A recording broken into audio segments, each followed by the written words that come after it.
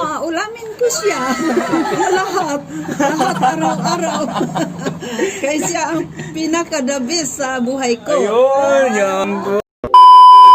Hello po. Good afternoon sa inyong dalawa. Ano pong pangalan nila?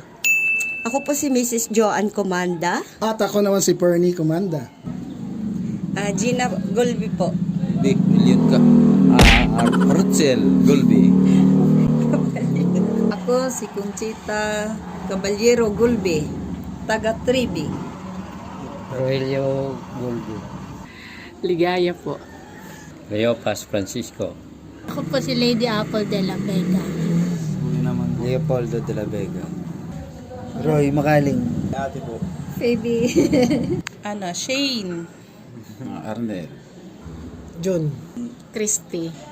Yun. Next question po. Ilang taon na po kayo mag-asawa? More than 20 years. 22 years. Magpapakasal. 3 months. 13 years and 9 months. Wow naman.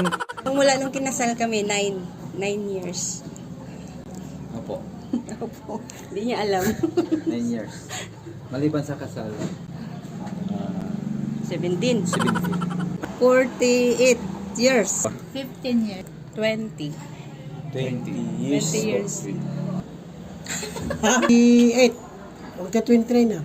Ano pong sekreto ng mahabang pagsasama? Wala naman, ano lang. Acceptance lang. Siyempre may mga differences tayo di ba? Tanggapin mo yung pangit sa kanya. Ganun lang yun. Wala namang perfecto di ba? Tsaka hindi ako tumatanggap ng sorry because love means never having to say you are sorry. Cash lang ang tinatanggap ko. Ito naman. Yung pag-uunawaan. Hindi mawawala yun.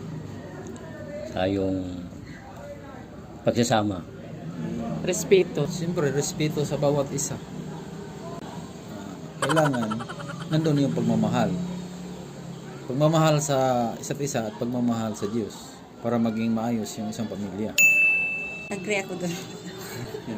Yun lang. Ganun. Ang sekreto, pagrespeto sa isa't isa sa lahat ng mga bagay o anong pangailan sa pamilya magkasundo ay. Tiwala lang po sa isa't isa, tsaka unawaan na lang din po sa bawat isa. Si Kuya po kaya?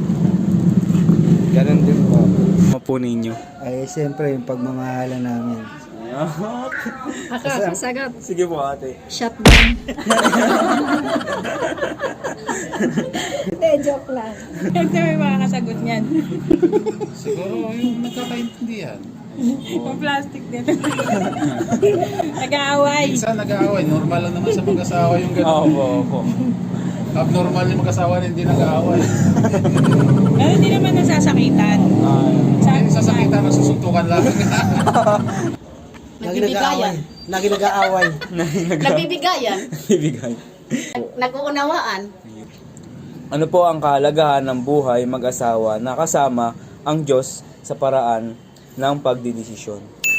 Ano po yan. Yan po ang pinakamahalagang aspeto ng buhay mag-asawa para guided tayo. Kasi tayo bilang mga tao, meron tayong sinful nature. So, ibig sabihin, yung mga desisyon natin, maaring mahaluan niya ng pagiging natural natin. Sinful nature nga, di ba? So, mas maganda sa pagdidesisyon natin, kinukonsulta natin sa Panginoon dahil siya lang yung mas nakakaalam yung future natin So, saka siyempre, wala namang may monopolyo ng knowledge. Hindi naman lahat ng problema kaya talaga nating sagutin yan, kaya natin solusyonan yan. Diba? Walang may monopolyo ng knowledge. Agree po ba kayo doon? Agree po doon. Oo. Kasi yung wisdom talaga napakahalaga yan. Hinihingi natin sa Panginoon. At tapos, yung pag-ibig mismo, yung pag-ibig na ipinaranas sa atin ng Panginoon, siya rin dapat na nararanasan ng mag-asawa. Because love conquers all. Napakahalaga na yung pinaka-center sa pagsasama sa mag-asawa ang Diyos dahil sobrang hindi ililid ka ni Lord sa mabuting paraan at maayos na pamumuhay. Sige po. Yun din. Walang kapipis. Malaking halaga. Kasi pag magsasama kayo bilang mag-asawa na wala ang Diyos, wala. Di ba? Parang Hindi masaya. di masaya. Para po sa akin, mas maganda po kasama po yung Diyos para po yung bawat desisyon namin nagiging maayos po, lalo na po sa pagsasama namin. Si Kuya po kaya. Siya po yung nagpapatibay. Kung sakanin po kami nagkakahiwalay, panandalian lang po, nagkakabalikan din po ako.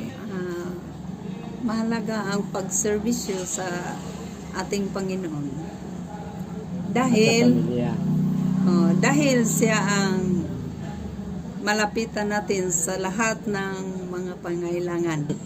Kung ang asawa mo ay ulam, anong ulam po ito? Lechon, Kuya Paborito niya, lechon eh. Paborito ko kasi yun. Si Kuya po kaya. Sinigang. Kasi mahilig ako sa sinigang eh. Gulay. Siyempre, healthy yung gulay, di ba? Sinigang. Oh, tumawa. Ano pala, alam naman, iiyak ako. Ano? Kasi masarap pag tag-ulan. Ulamin ko siya. lahat araw-araw. Kaya siya ang pinaka-the best sa buhay ko. Ayun, yan po. Kung ang asawa mo ay ulam, anong ulam siya? Tuyo sa akin. Maalat. Ikaw. Kayo po kaya, Kuya. Munggo. Ay, munggo. Bakit po munggo? Bakit po Kasi munggo? kumbaga, malapot kung magmahal. Talaga naman. Kayo po kaya, bakit tuyo? Kasi masarap siya iulam sa umaga. Adobo. Ano? Bakit po adobo? Siyempre, medyo may konting alat at tamis. Kasi kasama naman po yung sa buhay. Hindi Wow lang naman. Si Kuya po kaya? Sinigang. Bakit naman po sinigang? Gulay, tsaka maraming sabaw. Ayun. Ano ka bang ulam? Tuyo siguro. Ikaw po ate. Noodles. Partner. Para partner sila, di ba? Partner talaga. Isang tuyo, tsaka isang noodles. Ako baboy. Favorite ko yun eh. Favorite ko siya eh. Wow naman. Lechon. Ganun din. Lechon, baboy. Bakit po lechon? Hindi. Mataba. Mataba. Saka yung favorite niya, dadamayan ko siya. Ako, mahilig ako sa adobo. Lahat ng ulam, mahilig ako. Wala akong pinipili. Ganun din. Bakit ganun din po? Hindi naman kasi ako masilan. Kahit ano lang. Ayun. Sige. Yun lang po. Ayan lang ba? Bye-bye! Thank you po. Ayun lang. Gusto ko pa eh.